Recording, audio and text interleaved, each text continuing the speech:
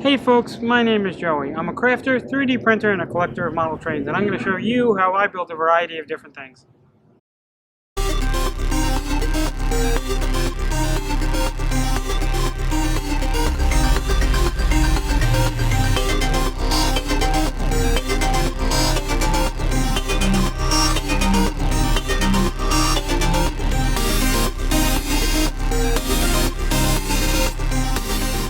Welcome back to the channel. In today's episode, I'm going to show you how I made a diorama using a candy toy combo that I bought at my local Lidl grocery store.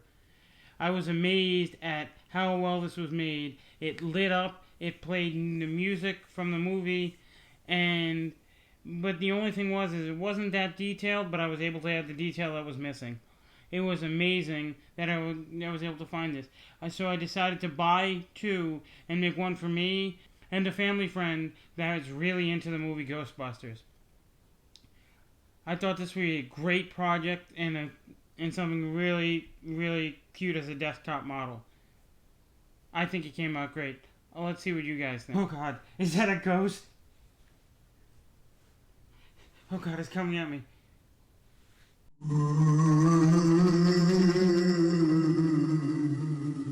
Oh God, I've just been slimed. I think I need to call the Ghostbusters. So here is the candy toy combo I was talking about.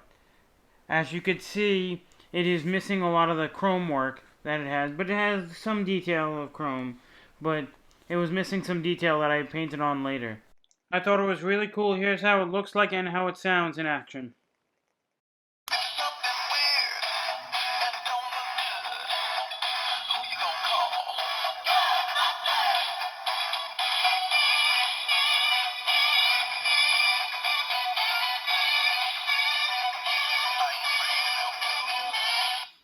Then off camera, I took my chrome pen and did the door handles, the front bumper and grille, the back bumper and the wheels. I made two mock-ups of what the model would look like in SketchUp of ideas that I thought would look good. And I asked my family and people of Reddit what they thought, which one would be better, or if they had any other suggestions. I only had one response from Reddit user EctoCody84. They liked both of my mock-ups and thought either one of them would look great. But no other suggestions outside of that from anybody else. Since I wanted the mock-ups to look as close to the actual model as possible, I just downloaded 3D models off the SketchUp warehouse. And this is the model that I downloaded for the firehouse, made by the SketchUp user Ward, but then chopped off the back end so it would look like the actual model that I made, as you see here. And to make this process of me removing the back of the building, I have the group of the building and then made a rectangle the shape that I want and the size, and then made that a group and selected the two models and say intersect with selected from the right click when you right click, and then exploded the firehouse and got rid of the box that I made and deleted everything that I didn't need from the firehouse and closed up the firehouse to make it a solid piece again.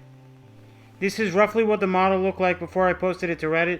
I added a few extra details of what the brick would look like just for my own sake, because I eventually ended up using this model because this model was like 80% perfect. I just had to fix a few things and it ended up being perfect for me to use for this whole project. That's why the building is the size of the street, or the street is the size of the building.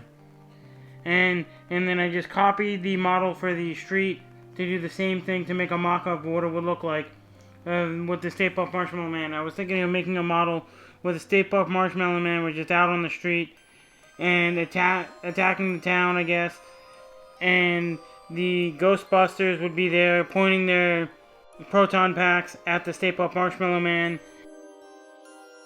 And the funniest thing of this whole project is, like I said, I wanted to make a quick mock-up of this thing so I could get it quickly posted to Reddit. And I downloaded a model of a manhole cover, which I don't remember who the maker of that one was. But I know I could easily make a circle and easily get a texture off of Google, but for some reason I wanted to just download somebody else's, and I loved it so much I used it to make the speaker grill, and I'm going to show you how I made that right here.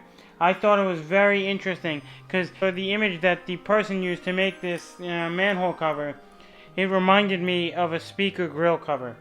And from the beginning, I was planning on making the speaker grill the manhole cover. I then scaled it down to the actual dimensions of the speaker.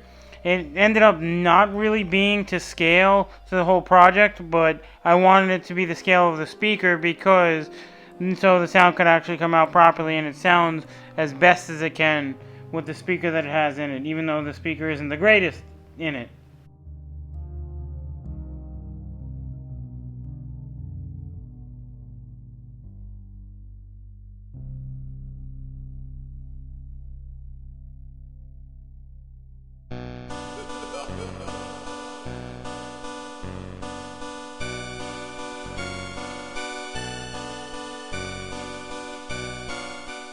To make it easier, then I opened up a new model and imported the speaker grill, if you want to call it, or the manhole cover, into another page, and then made the outside rim a little thicker and started making the diamond shapes all the way around the model.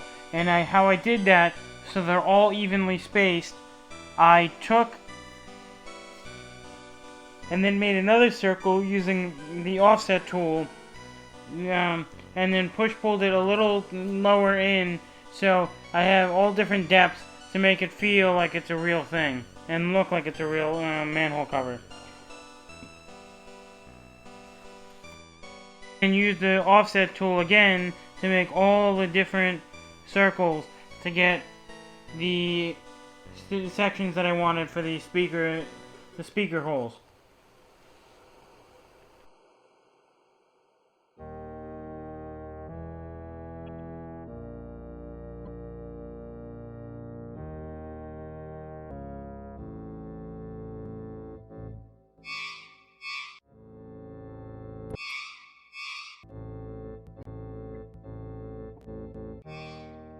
I made one diamond and then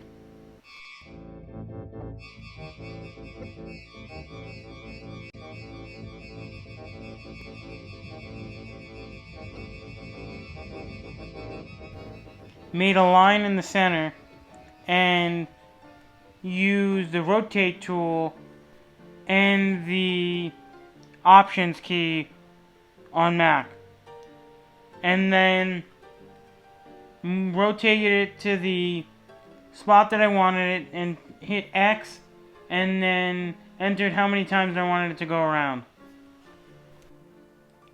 Like you see here, I played with it until I got a almost perfect shape. The next thing I did on camera was make the brick texture to the original model, the full scale model. I just guessed on the dimensions, not basing it actually off of real dimensions.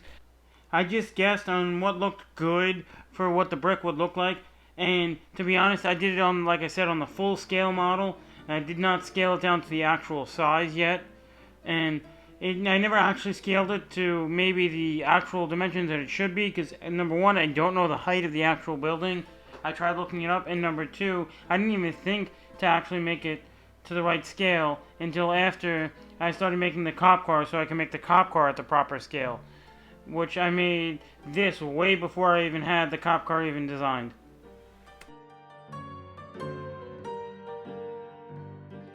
Mirroring the model on the other side so it had the same pattern on both sides, because in molding work, because some of the detailing that were there on one side wasn't there on the other, but in real life they're on both sides, and this model was only good from 2 angles, but it was still amazing. And then I removed the 2 windows, so because I wanted them completely blank so I could actually add my own imagery and an actual sheet of clear plastic so it would look like an actual window was there. I wanted the Marshmallow Man to be crushing a car, or crushing something in the street. So I originally tried finding a Matchbox or a Hot Wheels car in the design of a 1977 Dodge Monaco cop car. I found some on Amazon, but they were very expensive, even for a Hot Wheels. And then I found some on eBay, but the ones that weren't expensive were in really bad condition and were missing parts, so I didn't want to spend the money. I wanted to do this project as quick and as easy as possible because I had to make two, as I explained before, and I had a lot of work ahead of me, not only painting, wiring, all that fun stuff. This was a very big project. I decided to break this project into 2 videos, and I'll show you the rest of this project in the next video. Thank you for watching. Please like and subscribe.